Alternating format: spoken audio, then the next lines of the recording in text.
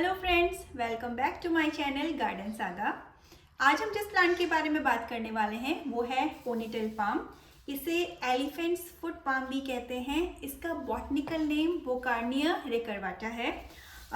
इसका नाम तो पोनीटेल पाम है। आप समझ ही गए होंगे पोनीटेल पाम इसे क्यों कहा गया है, क्योंकि ये लुक वाइज पोनीटेल की तरह लगता है, लेकिन एक्चुअल में ये पाम नहीं है। ये एस्पेरेगस फैमिली से बिलोंग करता है। इसकी केयर को समझने के लिए हम ये कह सकते हैं कि इसे सक्यूलेंट ट्री भी कहा जाता है। तो जैसी सक्यूलेंट की केयर हमें करनी होती है वैसे ही हमें इस पोनीटेल पाम की भी केयर करनी होती है। आइए बात करें पोनीटेल पाम की कंप्लीट केयर के बारे में।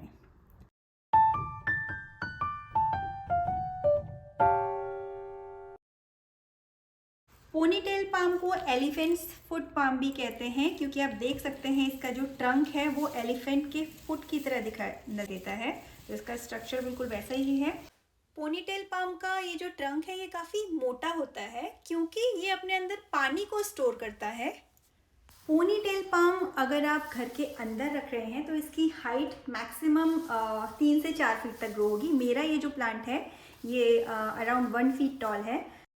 अगर आप इसे बाहर ज़मीन में लगाते हैं, इससे डायरेक्ट सनलाइट मिलती है, जो कंडीशंस हैं इसके फेवरेबल रहती हैं, तो इसकी उस कंडीशन में इसकी जो हाइट है वो 10 से 12 फीट तक का भी जाती है। जब आपका प्लांट कम से कम 10 साल की इसकी एज हो जाती है तो इसमें जो टिप्स है उसमें वाइट कलर के फ्लावर्स भी आते हैं। सबसे पहले इसकी लाइट कंडीशंस के बारे में देखते हैं। पोनीटेल पाम को ब्राइट डायरेक्ट सनलाइट पसंद है। अगर आप इसको बहुत ही अच्छी ग्रोइंग कंडीशन में रखना चाह रहे हैं तो इसे ब्राइट डायरेक्ट सनलाइट में रखिए।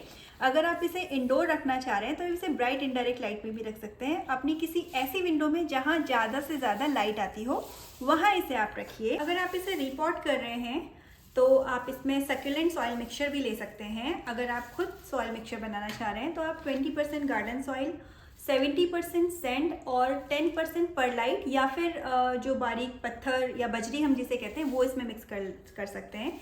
इसको वेल ड्रेन सॉइल पसंद है। इसमें सॉइल में थोड़ा सा भी पानी नहीं रुकना चाहिए। और पॉट जब आप चूज़ करें तो उसमें ड्रेनेज होल का खास ध्यान रखें। पॉट में ड्रेनेज होल होना बहुत ज़रूरी है। तो ये थी इसकी सॉइल के बारे में। अगर हम पानी की बात करें तो ये जो प्लांट है वो डेजर्ट में उगने वाला प्लांट है, तो इसको वही कंडीशंस चाहिए जो कि डेजर्ट में होती है। उतनी ही वैसे ही लाइट चाहिए, वैसे ही टेम्परेचर चाहिए और वैसे ही पानी भी चाहिए। तो जितना पानी रेगिस्तान में गिरता है उतना ही पानी इस प्लांट को भी चाहिए। तो जब भी आप इसे पानी दें तो ध्यान दें कि इसकी जो सॉइल है वो कम्प्लीटली ड्राई हो जानी चाहिए। और उसके लिए आप इसकी मिट्टी को हमेशा छू करके चेक करिए। आप देखेंगे तो इसकी सॉइल जो है वो पूरी तरह से सूख चुकी है।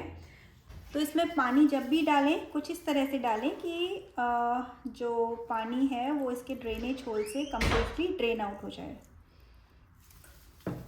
पानी कब डालना है, कितना डालना है, ये उस जगह पर भी डिपेंड करता है जहाँ आप रहते हैं। अगर आप किसी गर्म प्लेस में रहते हैं तो वहाँ मिट्टी जल्दी ड्राई होगी, और अगर ऐसे एरिया में रहते हैं जहाँ उतना गर्म नहीं है तो जो मिट्टी है उसे सूखने में टाइम लगेगा।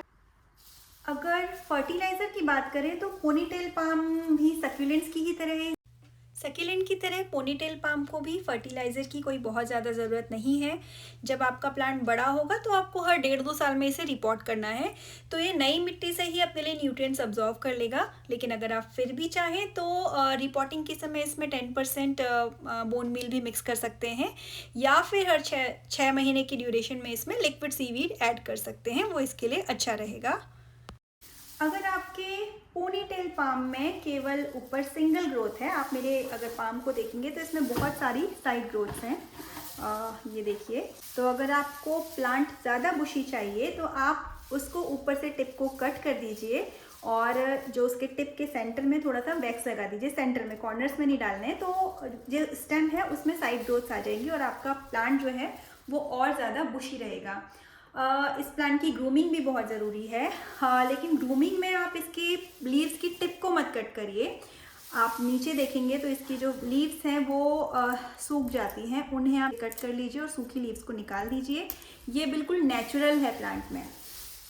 लीव्स का सूखना साइड से वो बिल्कुल नेचुरल है, तो उसमें कोई प्रॉब्लम नहीं है।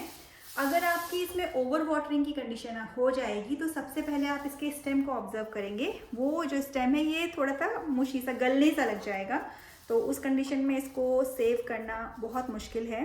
तो आप ध्यान रखिए कि ये जो प्लांट है ये ड्रॉट कंडीशन तो टॉलरेट कर सकता है, लेकिन ओवर वाटरिंग बिल्कुल टॉलरेट नहीं कर पाएगा। तो ये थे मेरे कुछ टिप्स पोनीटेल पाम की कंप्लीट केयर के लिए। आई होप ये आपके लिए हेल्पफुल रहेंगे। अगर आपके कुछ और क्वेश्चन है तो आप कमेंट बॉक्स में लिख सकते हैं, मैं उनका रिप्लाई करूँगी। And thank you so much for watching me.